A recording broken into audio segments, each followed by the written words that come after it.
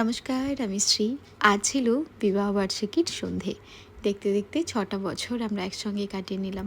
আর আগের বছর যেটা শুধুমাত্র আমরা অনুভব করতাম, আজ সে আমাদের কোলে বসে বিবাহবার্ষিকীর কেক কাটছে। ব্যাস, ভালো মন্দ ভরা এই জীবনে শুধু এইটুকুই চাওয়া, উপহারে কিছুই না, শুধুমাত্র একটু ফুল আর তোমার সঙ্গই চাই।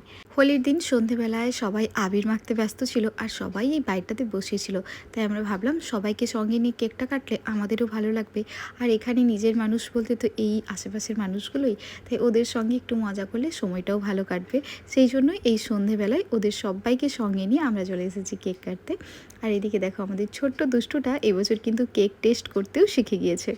এখনও তো ওর অন্নপ্রাশন হয়নি, কিন্তু এমনভাবে কোনো কিছু খাবারের ওপর ঝাঁপিয়ে পড়ে যে একটু মুখে না দিলে নিজেদেরই কেমন যেন একটা গিল্টি ফিল হতে থাকে।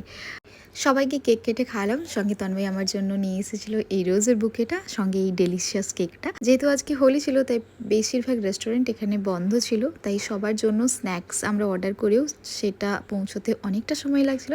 তাই ভাবলাম এই সময়টাকে একটু ভালো করে হই হুল্লোড় করে কাটানো যাক। এই রং, গান, নাচ সব মিলিয়ে সুন্দর করে সন্ধেটা কাটালাম। আর প্রায় ঘন্টা দেড়েক পর আমাদের অর্ডার এসে পৌঁছলো। আমরা অর্ডার করেছিলাম ভেজিটেবল চপ, সমোসা আর গোলাপ। তোমরাও আশীর্বাদ করো যেন এইভাবে আমরা একে অপরের সঙ্গে সুখ দুঃখ ভাগ করে নিতে পারি সারা জীবন। বাই।